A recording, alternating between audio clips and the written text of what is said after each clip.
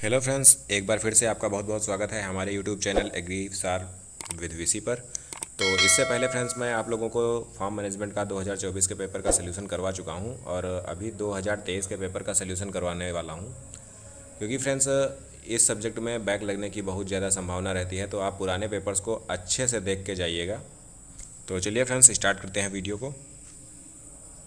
तो first question है, संयुक्त उत्पादों के मामले में उत्पादन संभावना वक्र होता है। तो ये आपका उल्टा एल आकार का होता है।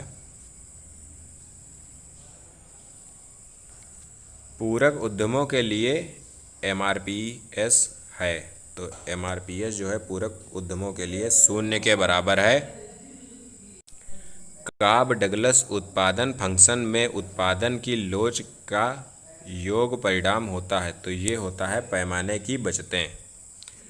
फार्म प्रबंधन विज्ञान का दायरा है। तो ये इंट्रा फार्म अध्ययन है।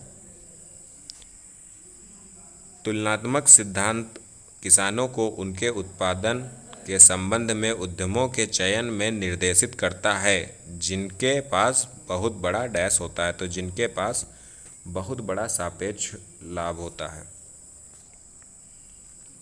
कौन सा फार्म प्रबंधन सिद्धांत किसानों को उद्यमों के उत्पादन की कम से कम लागत वाली विधि का चयन करने में मार्गदर्शन देता है। तो ये आपका हो जाएगा कारक प्रतिस्थापन का सिद्धांत।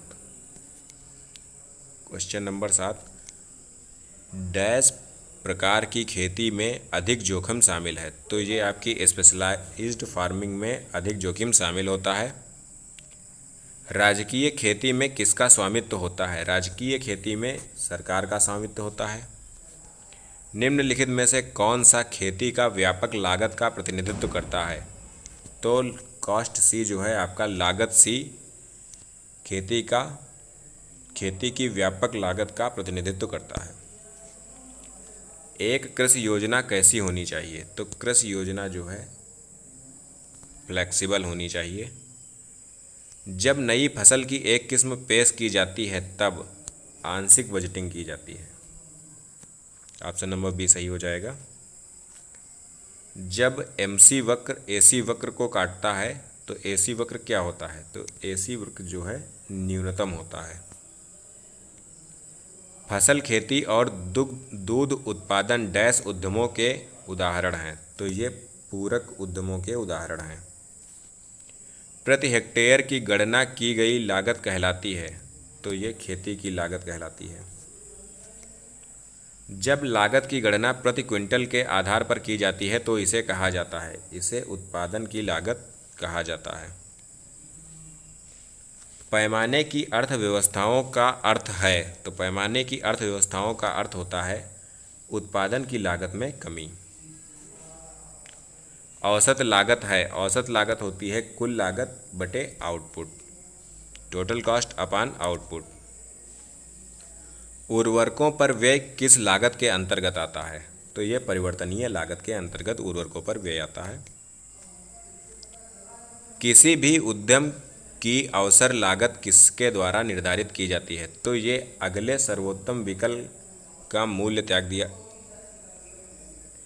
त्याग कर जो है किसी उद्यम के अवसर लागत की औसत लागत को निर्धारित किया जा सकता है। अधिमान वक्र एक महत्वपूर्ण गुण है। तो यह मूल बिंदु से उत्तल गुण है। जब सीमांत लागत औसत कुल लागत से कम हो तो औसत लागत घटेगी। फार्म प्रबंधन किससे संबंधित है? तो फार्म प्रबंधन व्यक्तिगत किसान से संबंधित है। फार्म नियोजन का पहला चरण कौन सा है? फार्म नियोजन का पहला चरण मौजूदा योजना का मूल्यांकन करना है। खाद एवं उर्वरक दिखाता है। तो खाद एवं उर्वरक कारक संबंध दिखाता है। पूरक उत्पाद के लिए उत्पादन संभावना वक्र कैसा होगा? तो ये घटता रिटर्न देने वाला होगा। निम्नलिखित में से कौन सी धारणा रैखिक प्रोग्रामिंग में अंतर्निहित है? तो ये रैखिकता है। विभक्त बिंदु पर एमपीपी अधिकतम होती है। हरित क्रांति का मुख्य कारक है। हरित क्रांति का मुख्य कारक इनपुट का पैकेज है। नेक्स्ट क्वेश्चन है, अवसर लागत का सिद्धांत इसमें सहायता करता है। तो ये जो है मुद्रा के समय मूल्य का अनुमान लगाता है। जब एमपीपी बढ़ता है, जब एपीपी बढ़ता है तो एमपीपी जो होता है वो ऊपर की तरफ जाता है। निम्नलिखित में से कौन सी लागत निश्चित लागत नहीं है? तो बीज की लागत निश्चित लागत नहीं है।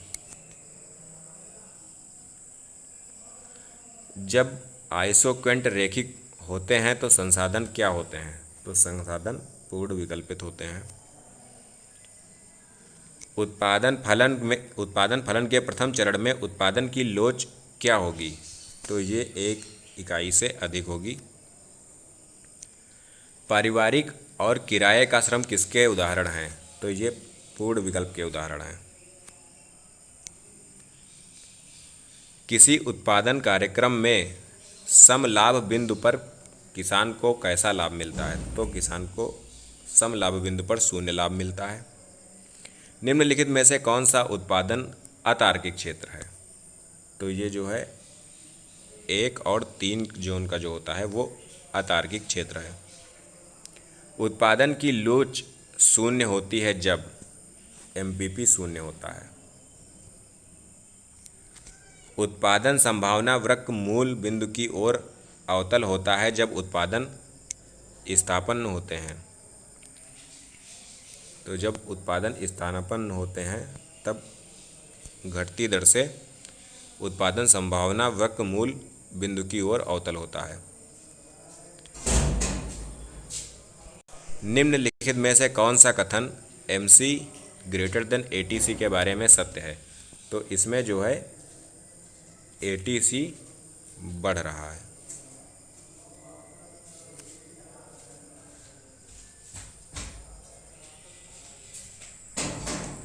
निम्नलिखित में से किस लागत में प्रबंधकीय सेवा घटक शामिल है? तो प्रबंधकीय सेवा घटक लागत C3 में शामिल होते हैं।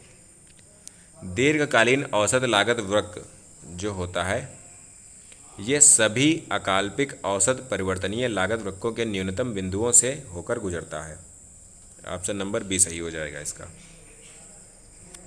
42 नंबर क्वेश्चन है, किसी उत्पादन फलन में जब एमपीपी बढ़ता है तो टीपीपी बढ़ती दर पर वृद्धि करता है। किसी उत्पादन फलन में जब एमपीपी घटता है तब टीपीपी घटती दर से वृद्धि करता है।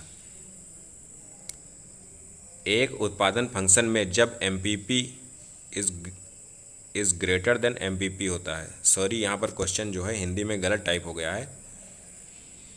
इसमें है जब एक उत्पादन फंक्शन में जब एमपीपी ग्रेटर देन एपीपी होता है तब यहाँ पर एपीपी जो है ये घट रहा है। तो आप लोग एक बार जब ऐसे क्वेश्चन आएंगे तो इंग्लिश में ज़रूर से चेक कर लीजिएगा, क्योंकि वहाँ पर ज़्यादातर सही क्वेश्चन दिया होता है। उत्पादन फलन के क्षेत्र में 1 के अंत में उत्पादन की लोच क्या होगी? तो ये 1 के बराबर होगी। 46 नंबर हो जाएगा, उत्पादन फलन के क्षेत्र में क्षेत्र थर्ड में डैश न्यूनतम होगी। तो इसमें क्षेत्र थर्ड में एमपीपी न्यूनतम होती है। उत्पादन फलन के डैश में संसाधन वृद्धि के पुनर्गठन की कोई गुंजाइश नहीं है। तो ये जो है जोन थर्ड में होगा। उत्पादन फलन के क्षेत्र थर्ड में क्या होगा? तो यहाँ पर जो है MVP is less than MIC। उत्पादन फलन के क्षेत्र 2 में क्या होगा? तो इसमें जो है MR बराबर MC हो जाएगा। इसका करेक्ट आंसर हो जाएगा। किसान का लक्ष्य उत्पादन कार्य के डैश चरण में अधिकतम लाभ प्राप्त करना है। तो ये केवल सेकंड जोन में होता है। निश्चित लागत को डैश लागत भी कहा जाता है। तो निश्चित लागत को ओवरहेड लागत भी कहा जाता है। परिवर्तनीय लागत को अवसर लागत भी कहा जाता है। आउटपुट की अतिरिक्त इकाई का उत्पादन करने के लिए जो अतिरिक्त लागत आती है उसे सीमांत लागत कहते हैं। क्वेश्चन नंबर 54 है, किसी उत्पादन कार्यक्रम में उत्पादन की एक अतिरिक्त इकाई के उत्पादन से प्राप्त अतिरिक्त आय है, तो वो जो अतिरिक्त आय होती है उसे सीमांत राजस्व आय कहते हैं। निम्नलिखित में से कौन सा निरंतर गिरता हुआ वक्र है? तो निम्नलिखित में से AFC गिरता हुआ वक्र है।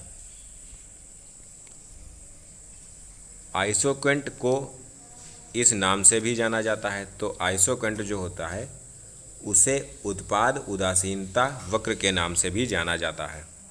आइसोक्वेंट के संदर्भ में निम्नलिखित में से कौन सा सत्य है? यह मूल बिंदु से उत्तल है, वे एक दूसरे को नहीं काटते, ढलान दो संसाधनों के MRTS को इंगित करता है। तो ये आपका उपर्युक्त सभी हो जाएगा। ट्रैक्टर के घंटे और मानव घंटे क्या हैं? तो ट्रैक्टर आवर्स और मैन आवर्स जो हैं वो उत्तम पूरक हैं, परफेक्ट कॉम्प्लीमेंट्स हैं। सिंचाई के पानी को पंप करने के लिए एक किसान द्वारा वहन की जाने वाली लागत है, तो ये आपकी परिवर्तनीय लागत है। उत्पादन संभावना वक्र को और क्या कहा जाता है? तो इसे संसाधन वक्र भी कहा जाता है। तो फ्रेंड्स, इससे पहले मैंने आपको 2024 का सल्यूशन करवा रखा था और ये 2023 का सल्यूशन है। तो फ्रेंड्स, इन सभी वीडियोस को आप ज़रूर से देख के जाइएगा, क्योंकि क्वेश्चंस काफ़ी ज़्यादा रिपीट होते हैं और उसी बेस पर आप अच्छा परफॉर्म कर सकते हैं। और फ्रेंड्स, हमारे चैनल को भी सब्सक्राइब कर लीजिएगा और वीडियो को लाइक और शेयर कीजिएगा ताकि आपके फ्रेंड्स को भी हेल्प हो सके। तो चलिए फ्रेंड्स, मिलते हैं नेक्स्ट वीडियो में।